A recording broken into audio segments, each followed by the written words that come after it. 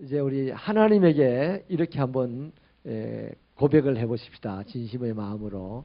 하나님, 나에게는 당신이 있어요.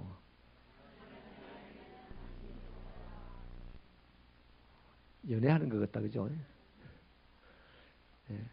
하나님이 우리 곁에 계심으로 우리가 만족하는 그런 믿음의 경지에까지 이르기를 바랍니다. 여러분, 늘 강조하는 얘기입니다. 우리는 예수를 은사로 받았습니다. 하나님이 주신 최고의 선물이 예수님입니다. 그 예수 때문에 영원한 생명을 얻었고 죄의 사함을 받았고 이 땅을 가난해도 병들었어도 자그마한 남은 에너지도 예수님처럼 누군가를 위하여 누군가를 기쁘게 하기 위해 살아갈 수 있는 지혜도 얻었고 그러니 다 받았어요. 그래서 이 에베소에서 바울은 하늘에 신령한 모든 복을 받았다 이래가지고 찬송하리로다 우리 주 예수 그리스도 하고 나가는 거죠. 우리가 모든 복을 받았으니까 이제 하나님께 내게 있는 것을 다 드리는 신앙이 되십시오. 그래요. 생수도요. 자꾸만 물을 파내야 물이 새물이 나오잖아요. 받아놓고 자꾸 예수 받았는데 또 뭐 받으려고 자꾸 받으려 하니까 안에서 썩어 문드러지는 거라. 그 썩어 문드러진 게 튀어나오니까 입에서 찬송이 나와야 되는데 욕이 튀어나오고 눈에서 축복의 따뜻한 눈길이 나가야 되는데 막 살인광선이 막 나가고 이러는 사람들이 되는 거예요. 우리 안에 예수가 꽃을 피울 수 있도록 나를 비워드릴 수 있는 자가 되기를 바랍니다. 그 신앙이 진짜 신앙입니다. 아주 그냥 하나님 나라 기둥 파먹는 신앙 되지 마시고 하나님 나라에 기둥되는 신앙이 되시기를 축원합니다. 자, 오늘은요 엄청나게 어려움 가운데 있는 사람, 그 사람의 신앙을 우리가 한번 보려고 합니다. 이 다윗이요 현실이 어떻습니까? 1절 2절에 보니까 한마디로 비참합니다. 다윗의 현실이. 다윗을 공격하는 대적이 너무 많아요. 그리고 다윗을 조롱하는 사람도 많습니다. 어떻게 또 조롱합니까? 다윗은 뭐 맨날 주여 주여 하는데 다윗을 조롱하는 사람은 네 백날 주님의 이름을 불러도 주님이 네 안 도와주네? 이렇게 조롱을 하는 거예요. 얼마나 창피합니까? 다른 식으로 조롱하는 것도 아니에요. 네 그렇게 주의 이름을 부르고만 주님이 네 안 도와주고만 그러는 거죠. 이렇게 현실적으로 굉장히 지금 비참한데 이 내용이 사무엘하 15장의 내용을 지금 다윗이 시를 썼던 내용입니다. 거기 보면 다윗의 아들 압살롬이 반역을 일으켜요. 그 다윗이 생명이 경각에 달해가지고 신도 신지 못하고 그냥 도망을 쳐야 했습니다. 근데 한참 도망을 가는데 또 사울 집안의 시므이라는 사람이 언덕 위에서 막 흙돌멩이를 던지면서 이 비루한 놈아, 뭐 죽어 싼 놈아, 막 하고 욕을 한다 이 말이에요. 조롱을 하는 거예요. 그래서 이 시편에서는 그러면 다윗 자기를 대적하는 적이 너무 많다. 또 조롱한다. 이렇게 이제 비참함을 표현을 하는 거죠. 근데 현실이 그래요. 따라합시다. 다윗의 현실이 비참했다. 자, 우리는 어때요? 현실이 비참하면 일단 하나님 계시나? 냉정하게 이제 질문을 해봅니다. 목사님, 내가 20년을 신앙생활을 했는데 왜 이런 현실이 이해가 됩니까? 이렇게 이제 사람이 슬슬 냉정해지기 전 보면 알아요. 눈빛을 보면 내가 막 쫄입니다. 따라 이런 걸 뭐라 하냐면 따라하십다. 은혜 떨어진 사람. 제가 제일 무서운 사람이 누구냐면 은혜 떨어진 사람입니다. 은혜가 넘치는 사람은 막 농담도 하고 때로는 실수도 해도 괜찮은데 은혜 떨어진 사람은 농담 못해요. 실수하면 큰일 나. 그래서 막 쫄해가지고 막 어깨에 긴장이 들어가고 집에 가 목이 뻐근하고 막 이래 되는 거죠. 여러분, 다윗의 현실은 정말로 은혜 떨어질 현실입니다. 그런데 다윗이 그 현실 가운데 어떻게 하느냐 하면 3절 4절을 보니까 하나님을 찬양하네요. 여러분, 형편이 너무 좋은 사람 찬양할 수 있어요 없어요? 하지 말아 해도 할 수 있다. 해야 자랑이 되거든. 해야 내 형편 좋은 게 드러나거든. 쳐다보거든. 근데 너무 어려워요.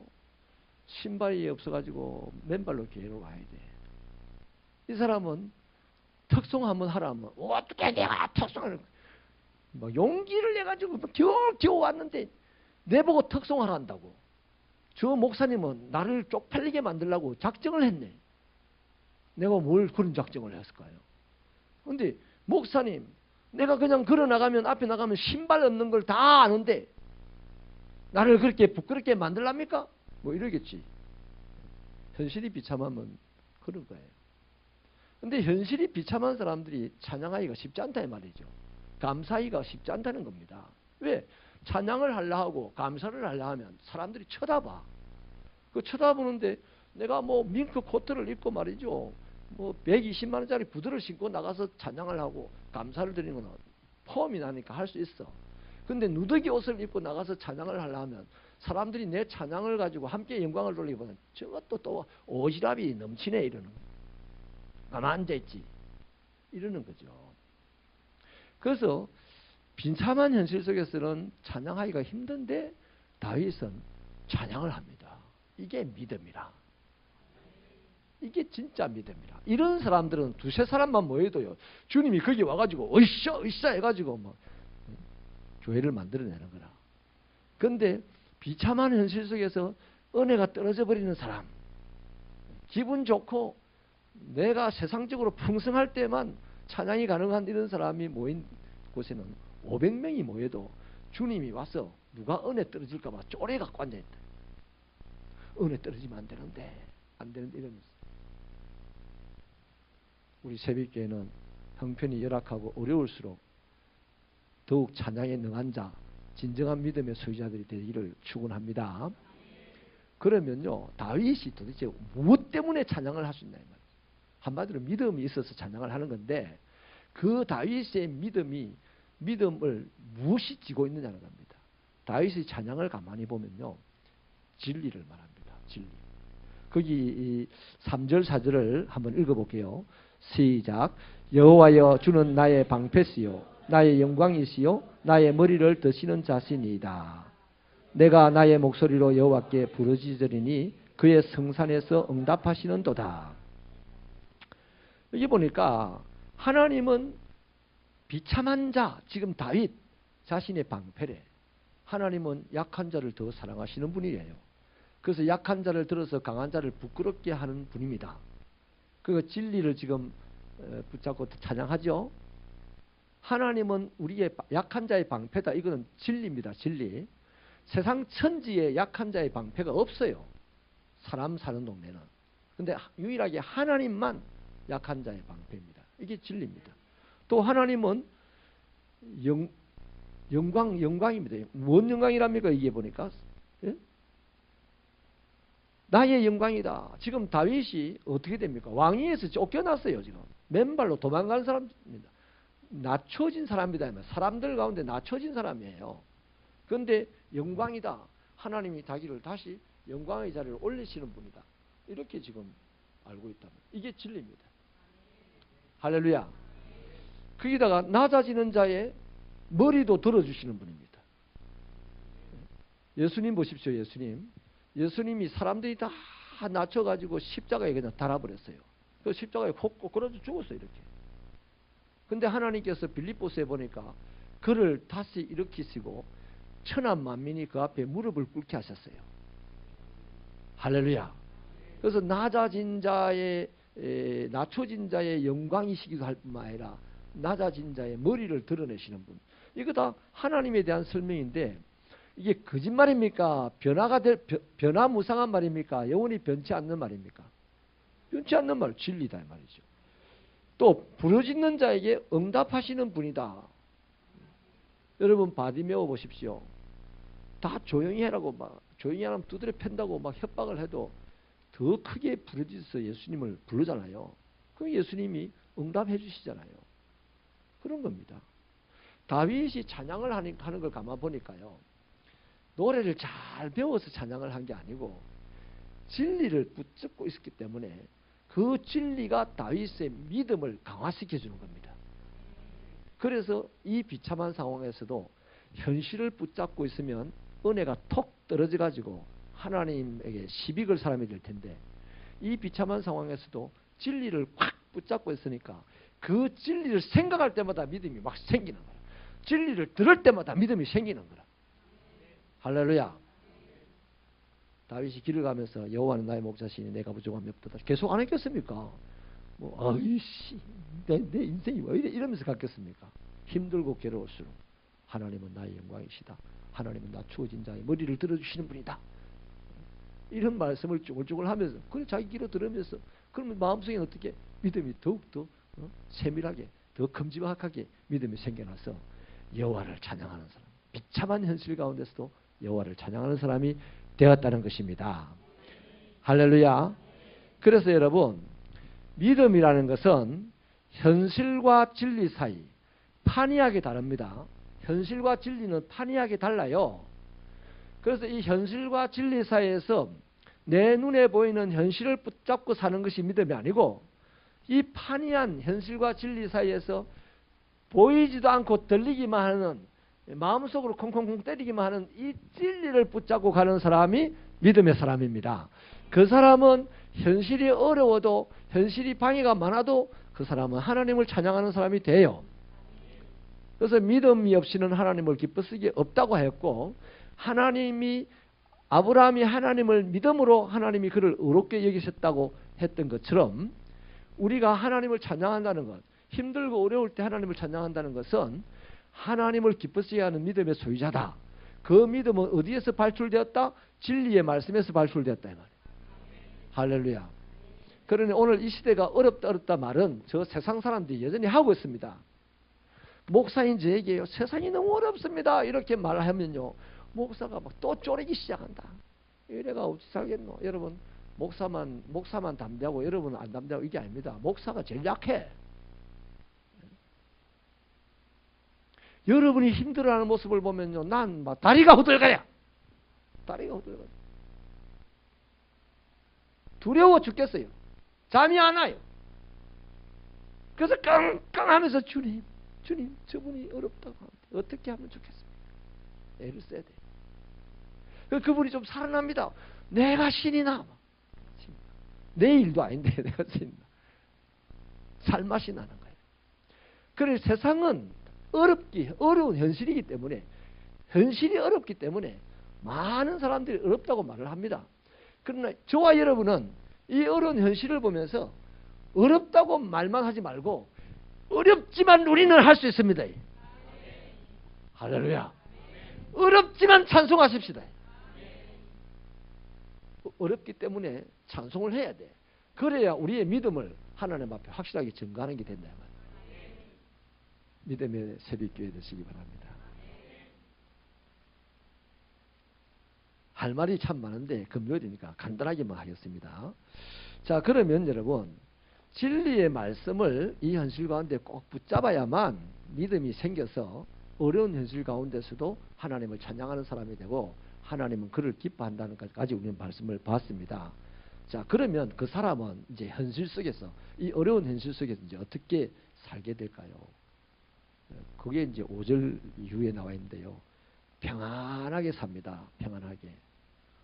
좀 가난해져도 평안하게 살고, 좀 몸이 약해도 평안하게 살고. 왜 평안할까요? 진리의 믿음, 진리로 말미암아 믿음이 있으니까 두려움이 사라지는 거예요. 두려워하지 않는 거예요. 그래서 담대해지니까 그냥 좀 어렵구나 세상이. 그래, 하나님이 내 곁에 계시니 세상이 어려워도 내게는 주님이 계십니다. 이러면서 담대해지니까 두 다리 쭉 뻗고 잘 수 있는 거예요. 그런데 이게 안 되면요, 내일 출근해가지고 이걸 해결 못하면 나 어떻게 돼? 또 명퇴하라고 난리가 나고 이래 되는 거예요. 그래서 여러분, 이 어려운 현실 앞에서요, 우리 마음에 어떤 작동이 일어납니까? 분노가 일어나잖아요. 분노가. 또 회의가 듭니다. 어려운 현실 앞에서는. 근데 이 분노가 일어나고 회의가 들고 하는 이런 마음을 가지고 단잠 잘 수가 있어요? 단잠 못 자요. 밤새도록 누구 때문이야 하다가 일어나면 다음날 좀 지친 그 표정을 가지고 예배당에 와가지고 또 목사님 때문 아닐까?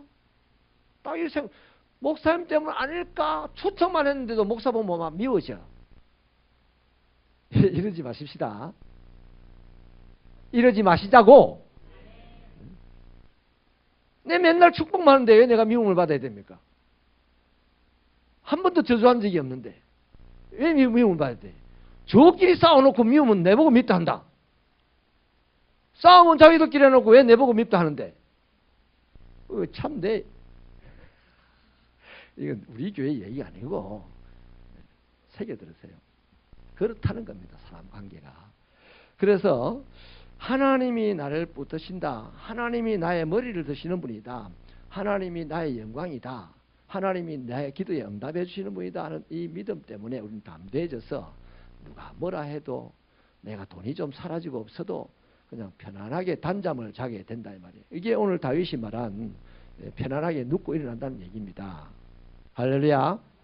자, 그러면 편안하게 눕고 일어나는 사람이 하는 일은요 대체로 간단합니다. 단순합니다.